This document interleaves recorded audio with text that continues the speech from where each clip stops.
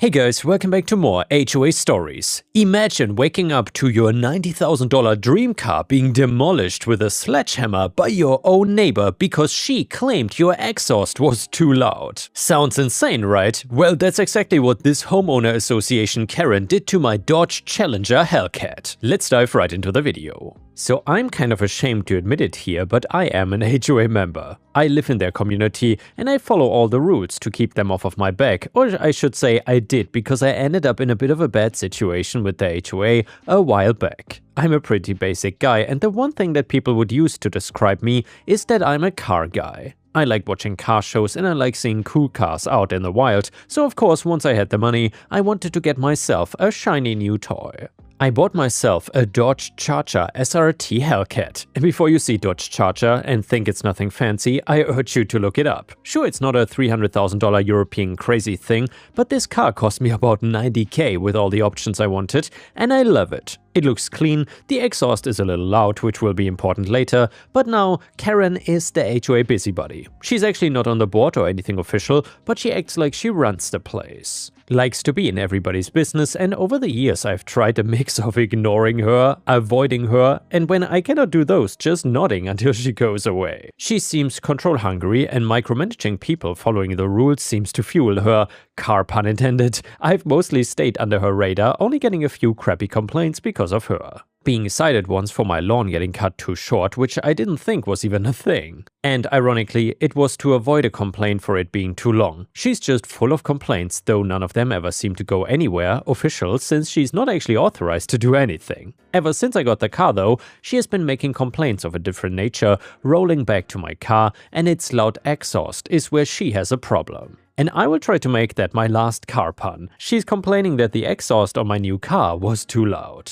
Telling me that she's bringing her complaints directly to the HOA president. And yes, fine, the exhaust makes some noise, but I'm not just revving an engine or doing something intentional to be annoying. Or doing it at crazy hours in the day. I'm not hurting anybody and only bothering her. She started to linger outside of my house taking photos of my car. I guess she thought photos would somehow prove noise levels to the HOA, which didn't really make any sense to me. I also just want to point out at this point that I did look at the HOA bylaws, and there's zero in there about car exhausts making noise. The only noise-related thing is that noise in excess after 11:30 p.m. is not allowed, and this is not in excess and it's not happening that late, so it doesn't apply. That never stopped an entitled neighbor before though. She was actually leaving notes under my windshield about the dangers of noise pollution, mainly citing how it makes a neighborhood look bad and can attract criminals or some crap. She probably made the statistics up. And well guys, I would agree with that actually, because apparently it attracted criminals like this entitled Karen, so maybe she's not 100% wrong there. The tension was building as she seemed to just be stalking my house, giving me citations that I was not gonna pay since I didn't break a rule and she had no authority to issue them anyway. She seems obsessed with me, like, isn't there a dog off a leash you can go complain about instead? It was like a stalemate, nothing was really happening, and I wish it stayed that way. One afternoon I was inside on my computer just watching videos, and Karen showed up with a sledgehammer. I did not even notice she was on my property until I heard a smash and my car alarm going off. By the time I got outside, she clearly had gotten a few good hits in already. Now I had a choice. I could go outside and face a Karen with a sledgehammer, risking my face and bones. Or stay inside and just watch as she destroyed my car. The latter won for a couple more hits, but then I managed to get outside.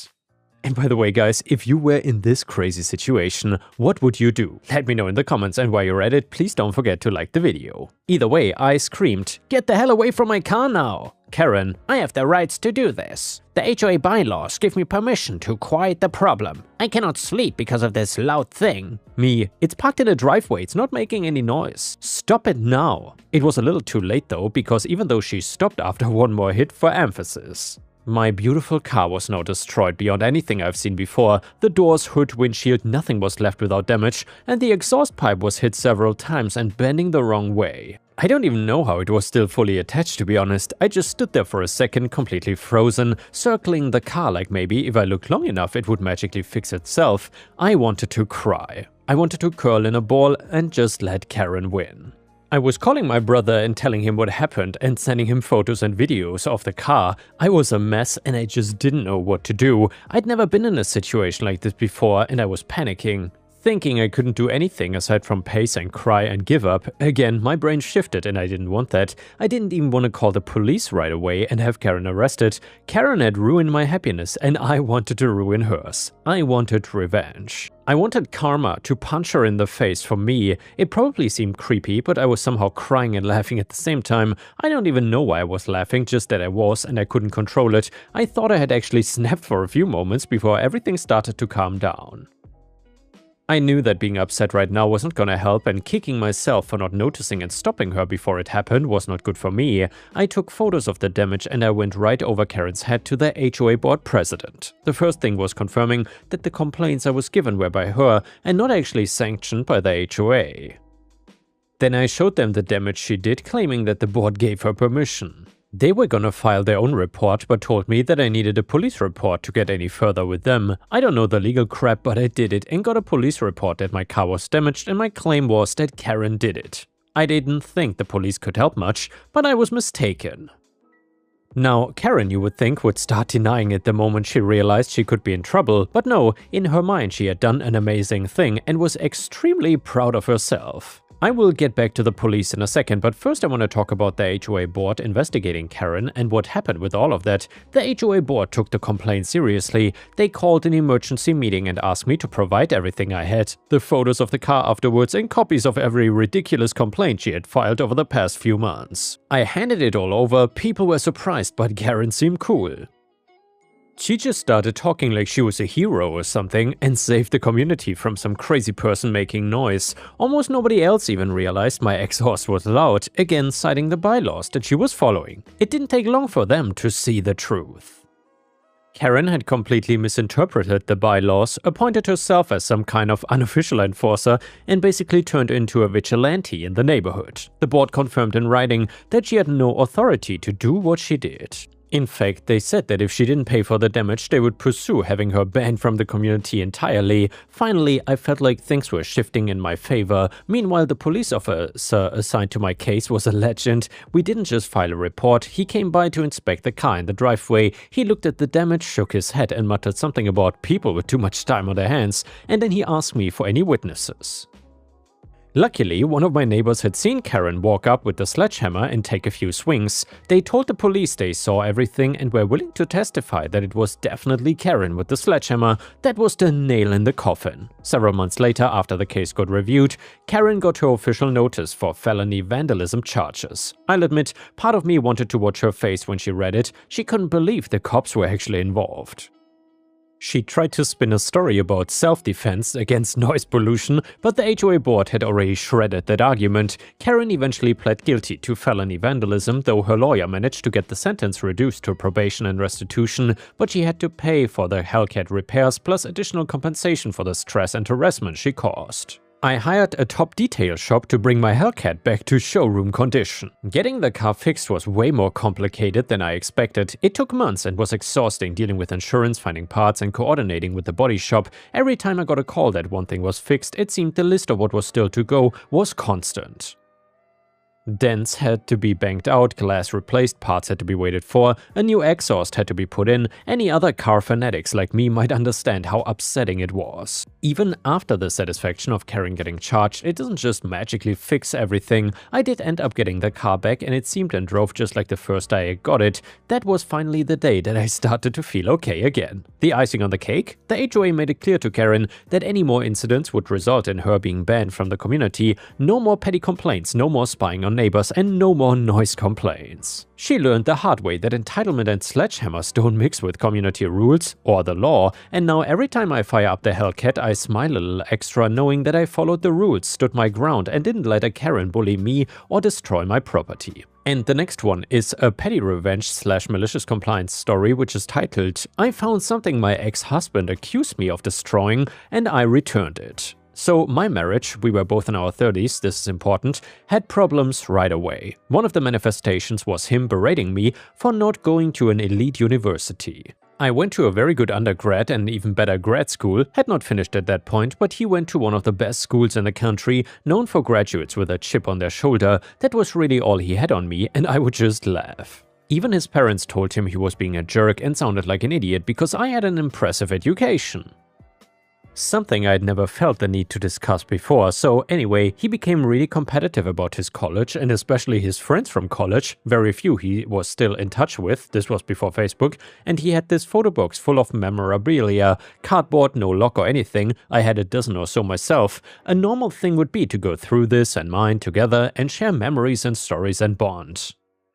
I did not really care about what was in the box, and college stories are boring when you weren't there, but I would have listened. But the box became a symbol of everything wrong with him, constantly saying I'm not good enough for his college friends. At some point he forbid me to look in the box, and of course I didn't take this well. Telling me I was not good enough to see what's in the box was like kerosene. It got brought up in every fight. Like a death spiral of, "You're jealous of my friends. Your friends suck and I wouldn't like them anyway." I didn't say I was the hero in this story. Fast forward through years of abuse, we moved on to more spectacular fights and the box fell pretty far down the list, but then for some reason one day he went up to the attic and couldn't find his box. He said I threw it away because I was jealous and petty. I didn't, but after a few years of this he managed to convince me maybe I did.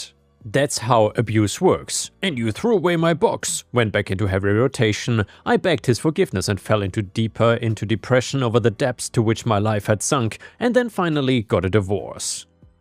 Cops, ROs, the whole 9 yards. I healed and moved on. Years later, I sold my house, it was mine before, and when I was packing up I found the damn box. I had such an emotional reaction, my legs actually buckled. I sat on the floor and wept. My boyfriend was really sweet about it. He didn't know about the box. It is so ridiculous and I was so ashamed, but mostly I had put it all behind me by then. Until it all came rushing back. I called a mutual friend and asked him to come get the box so they could get it to him.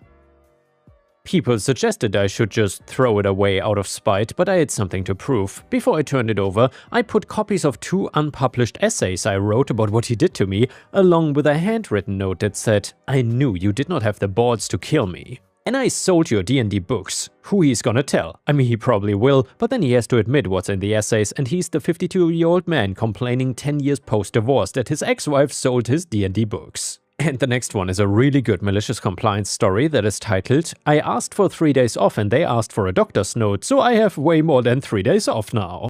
So my job is very mentally taxing and I also have my own mental health issues, so I try my best to balance. But I just want to help, so I get caught up taking more responsibilities that I'm actually able to. A couple weeks ago, I realized my mental health is in steep decline. I was ignoring the signs to push through, but anyone with mental health issues knows that you can only ignore signs for so long. I tried to get ahead of a mental crash and talk to my supervisor to tell them that I need 3 days off, and as I had the weekend off after the days I requested, I figured that might be enough to get a good rest and reset. I did tell my supervisor why I needed the days, burnout, mental health and so on, and they said they understood and would get back to me. They contact me back, and I say they because right now I technically have 2 supervisors running my division, and say they can probably give me Wednesday, Thursdays, but that they couldn't give me Friday. I ask if we can do Tuesday, Wednesday, Thursday instead, and I could work the Friday, have my long weekend, and that should still be fine. They say they will get back to me, and I get a text soon after to ask me to help cover other shifts. And I obviously can't, so I decline. They get back to me the next day. "We can get your shifts covered for Wednesday and Thursday, but not Tuesday, and you have to make up the hours." That was the last straw.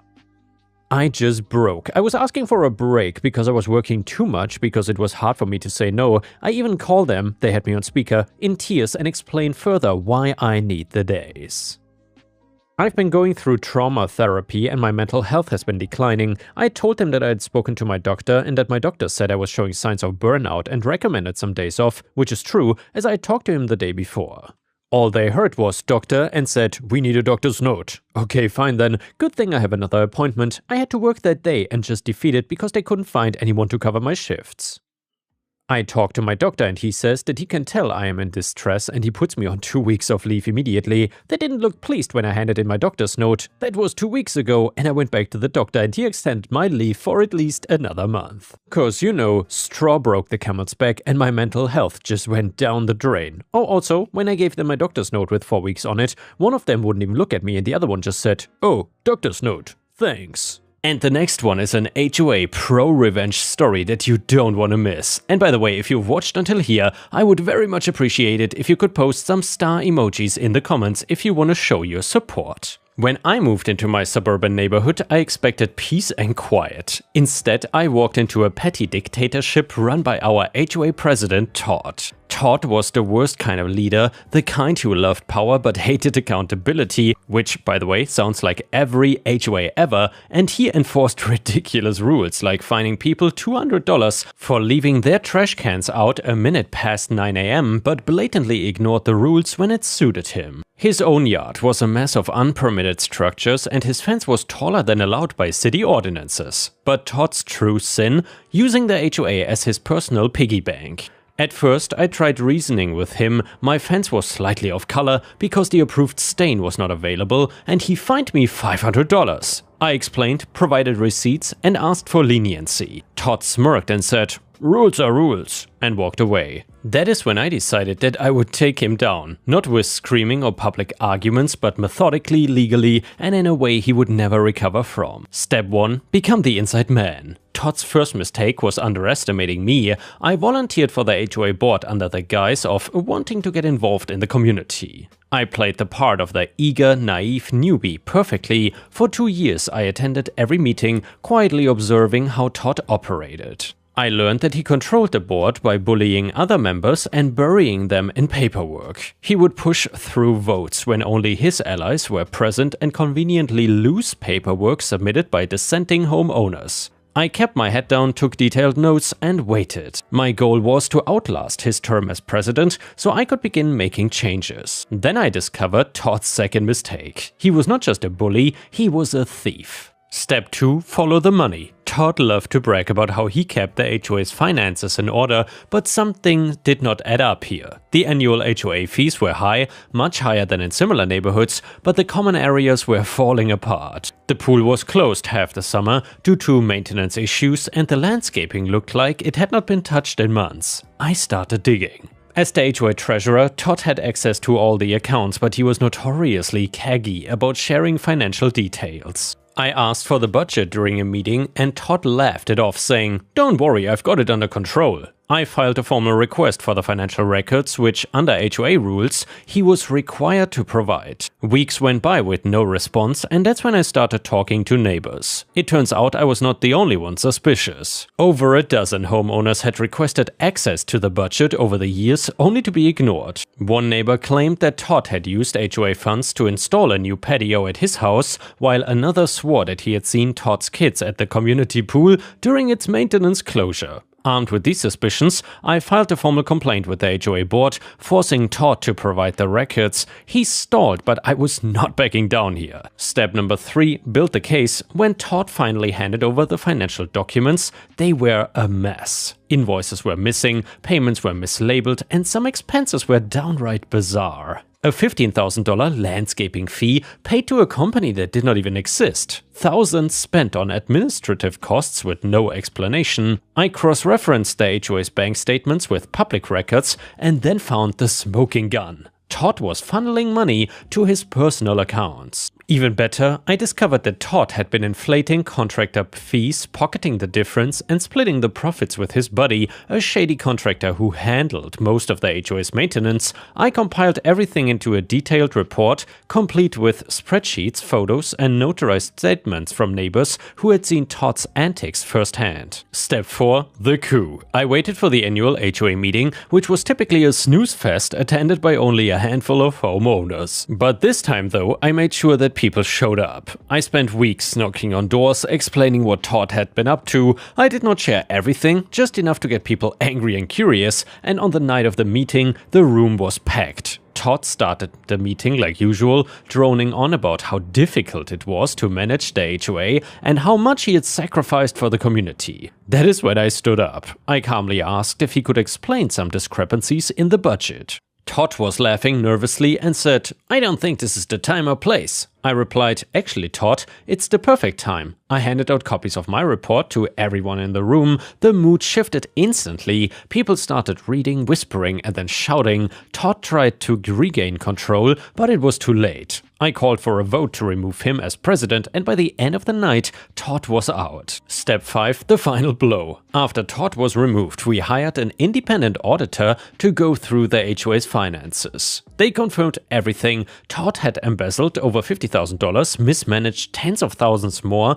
and committed multiple counts of fraud. We reported him to the police and filed a civil lawsuit to recover the stolen funds, but it did not end there. Todd's shady contractor buddy was also exposed and banned from doing business in the county. Todd had to sell his house to pay restitution and legal fees. His name became a running joke in the neighborhood and no one would touch him professionally. With Todd now gone, we restructured the HOA to prevent another dictator from taking over. We implemented term limits, required multiple board members to approve financial decisions, and created an online portal so all homeowners could access budgets and meeting minutes. The aftermath? Well, every time I walk past Todd's old house, now owned by a lovely family, I smile. The pool is open, the landscaping is beautiful, and the HOA fees are lower than ever. Todd, meanwhile, moved to a neighboring town, where he reportedly tried to join another HOA board, only to be laughed out of the room when someone googled his name. Justice was not just served, it was plated, garnished, and savored. And the next one is a small petty revenge story. And by the way guys, if you still enjoy these HOA revenge stories, then please don't forget to like the video, because that would help me tremendously. My crotchety old man of a neighbor has harassed multiple families out of this neighborhood over the years and had been trying to do the same to me for the first few years I lived here. This included calling the police for everything, like my grass being an inch too tall, and once I've lived here for 9 years, and this is the story of how I finally got him to leave me alone a couple years ago. So basically, my final straw was that he put up a camera on his privacy fence on his deck that pointed directly into my backyard and refused to move it. He also threatened to shoot my dogs that were never outside alone and always either on a leash or in the backyard with me. Game on, dude, I finally had enough. So basically, I proceeded to sign his address up for every possible spam mail/emailing list I could find: the Satanic Church, Mormons, Jehovah's Witnesses, Playboy, tons of other adult stuff, and lots of other places that would scare an older religious couple. And plus tons of other mailing lists. I spent like 5 hours just signing his address up for random mailing list stuff. I then had one of those anonymous 5-pound boxes of elephant poop sent to his house, and I know it got there because I was off work the day it got delivered. I feel bad that the poor mail lady had to have that in her truck for any amount of time in the middle of a heat wave in July in MO, but that was a sacrifice I was willing to make. I watched her carry it like it was a bomb to my neighbor's porch and practically throw it at their door. Stepped out into my carport to spy when my neighbor went to pick it up and heard their reaction. It was priceless, but I then got even craftier. I went to Wally World and picked up a little corrugated metal sign that was like 3 feet by 2 feet from the craft department, as well as some of those wooden letters, spray paint and construction glue. I proceeded to set up shop in my carport at like 11 at night, and that is only about 10 feet from his bedroom wall. All the houses are the same design on my street, so I know the master bedroom is on the wall closest to my house. And absolutely blast Avatar, a Swedish metal band that is awesome, at top volume with the speaker pointed at his house while crafting my little sign. I can see through the trees and between the houses to the next street over that you're required to take to get to my street, Dead End Street, and kept an eye out until I saw a cop car coming. Turned off my lights and music and went inside for like 20 minutes. The cop did not even knock on my door because when he got there, there was no noise complaint to act on. After he left, I got back to crafting and blasting music. I made a sign that said F off, and once all the spray paint, letters and glue was dry, I hung it from an old swing set frame and pointed it at his camera that was watching my backyard. And to deal with the camera, well, you wanna be a creepy dude? Okay, I got you. I waited until like 1 AM the next night and then stripped down to nothing but my panties and stood in my backyard and stared at his camera for like 15 minutes straight in nothing but my undies. I don't think he enjoyed the view. The camera was taken down the next day. I have not heard a peep from that guy or gotten the cops called on me for nonsense since. And the next one is a petty revenge story, which is titled, "Coworker wanted to take it easy when we were flat out." So I work in a local convenience store, and yesterday we were crazy busy. There were 4 of us working, myself, the shift lead, who I will call SL, and my 2 colleagues, A and K. SL was doing all the management tasks, myself and A were doing our set tasks, and K, who was doing an overtime shift, got asked to do a nice easy task that should take half an hour maximum. K decided to stretch it out for an hour and 45 by hiding in the toilets, playing on his phone and completely ignoring the tills, while myself and A were run ragged team working to complete our tasks and covering the tills. As we finished our tasks, our delivery arrived, and it was a big one with lots of heavy cages to haul in. Normally I would offer to help SL, but I had enough at that point. I casually mentioned to the shift lead, if K helps you bring in the delivery, I could do the scan that the team yesterday didn't have time to do. K couldn't talk his way out of it, and as he went outside, it started absolutely chucking it down with rain. He came in after the delivery exhausted and absolutely soaked, while A and I were grinning away. Dude, if you had pulled your weight, I would have never volunteered you. I may be an old bat, but fair foe. And yeah guys, thank you for watching. I will see you again tomorrow.